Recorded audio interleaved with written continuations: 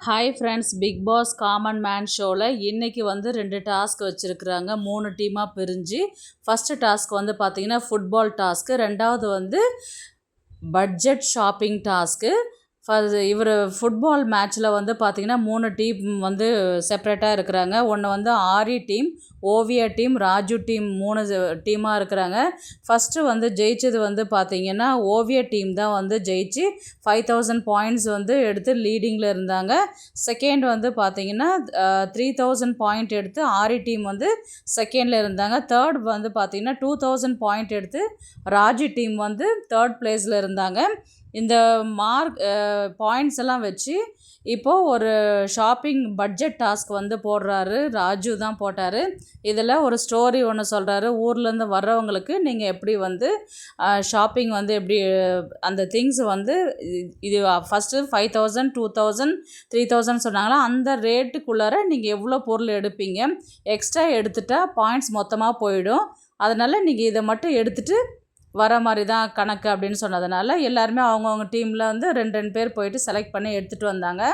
எல்லாருமே வந்து பார்த்திங்கன்னா கொஞ்சம் ஒரு 5000னா ஒரு 4000 சில்லற அந்த ரேஞ்சில் தான் எடுத்தாங்க. ஃபஸ்ட்டு வந்து பார்த்திங்கன்னா ஆரி பேட்ச் தான் வந்து ஜெயிக்கிறாங்க இந்த ஷாப்பிங் டாஸ்கில்.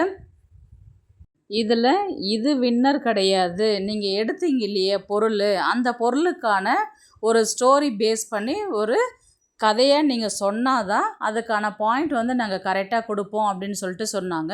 ஃபஸ்ட்டு வந்து இவங்க ஆரி பேட்ச் தான் வந்து சொன்னாங்க கதையை வந்து. ஒரு திங்ஸ் எடுத்து அவங்க வந்தாங்கன்னா இதை யூஸ் பண்ணுவாங்க, இதை செய்வாங்க அப்படின்ற மாதிரி சொன்னாங்க. செகண்ட் பேட்ச் வந்து பார்த்திங்கன்னா ஓவியா டீம் வந்து அதில் தான் வந்து கொஞ்சம் குழப்பம் நடந்து கொஞ்சம் சண்டைகள், ஒரு குரூப் கோஆர்டினேஷனே இல்லாமல் போனதுக்கான ரீசன் ஓவியா டீமு.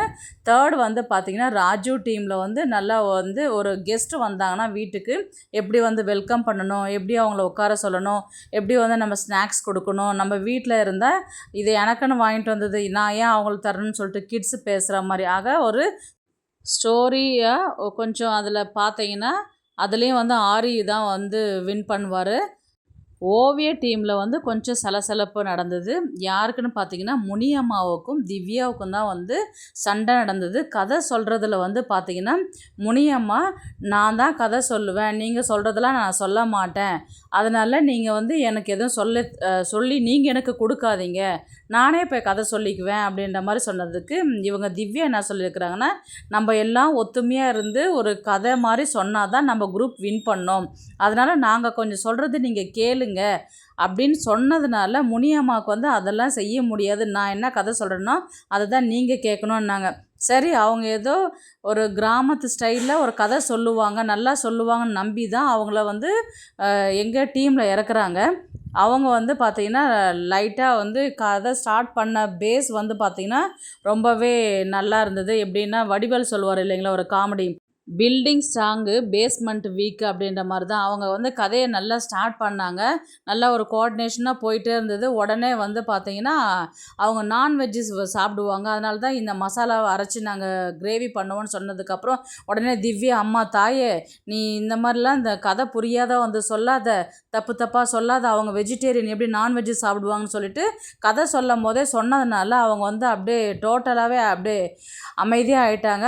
எதுவுமே கதையை சொல்லவே இல்லை, எனக்கு இது தெரியல அப்படின்னு சொல்லிட்டு மைக்கை வந்து டார்வின் கிட்ட கொடுத்துட்டாங்க. டார்வின் வந்து மீதி கதையை சொல்லி முடிச்சிட்டாங்க. அதுக்கப்புறம் வந்து கம்ப்ளைண்ட் வந்து பார்த்திங்கன்னா எனக்கு தெரிஞ்சு ராஜு சொன்னதுன்னு பார்த்திங்கன்னா முனியமாக வந்து கதையை வந்து நல்லா சொன்னாங்க. ஆனால் அவங்க சொல்லும் போது திரும்பவும் கேட்கணும் போல் இருந்தது. ஒரு கிராமத்து ஸ்டைலில் ரொம்பவே அழகாக வந்து அவங்க ஸ்டார்ட் பண்ணாங்க. ஆனால் உங்கள் குரூப்புக்குள்ளே ஒரு கோஆர்டினேஷன் இல்லாதனால தான் நீங்கள் வின் பண்ணாத போச்சு அப்படின்றதுனால எல்லா ப்ளேமே வந்து பார்த்திங்கன்னா முனியம்மாவுக்கு தான் சொன்னாங்க. முனியம்மாவால் தான் எல்லாருமே சொன்னது என்னன்னா, முனியம்மா வந்து அட்ஜஸ்ட் பண்ண மாட்டேங்கிறாங்க, எதுவாக இருந்தாலும் நான் தான் செய்வேன்னு போய் நிற்கிறாங்க. ஆனால் அவங்க அதை புரிஞ்சுக்கிற தன்மையே இல்லை, எல்லாரோடைய பெரியவங்களாக இருக்கிறாங்க, ஆனால் அந்த ஒரு அட்ஜஸ்ட் பண்ணின்னு போகிற ஒரு கெப்பாசிட்டி அவங்கக்கிட்ட இல்லை அப்படின்றது தான் கம்ப்ளைண்ட். அதனால் நீங்கள் கொஞ்சம் ஒரு குரூப்பாக விளையாடுறீங்கன்னா எல்லாத்துலேயுமே அட்ஜஸ்ட் பண்ணி போகணும் அப்படின்னு சொல்லிட்டு தான் ஆரி வந்து அட்வைஸ் மாதிரி பண்ணுறாரு. சரிங்க சார்ன்ற மாதிரி தான் முனியம்மா சொல்லி முடிக்கிறாங்க. முனியம்மாவுடைய கருத்து வந்து கரெக்டாக, அவங்க போகிற வழி வந்து சரியான்றது வந்து நீங்கள் கண்டிப்பாக கமெண்ட் பண்ணுங்கள். நெக்ஸ்ட் ஒரு நல்ல வீடியோவில் சந்திக்கலாம். பாய்.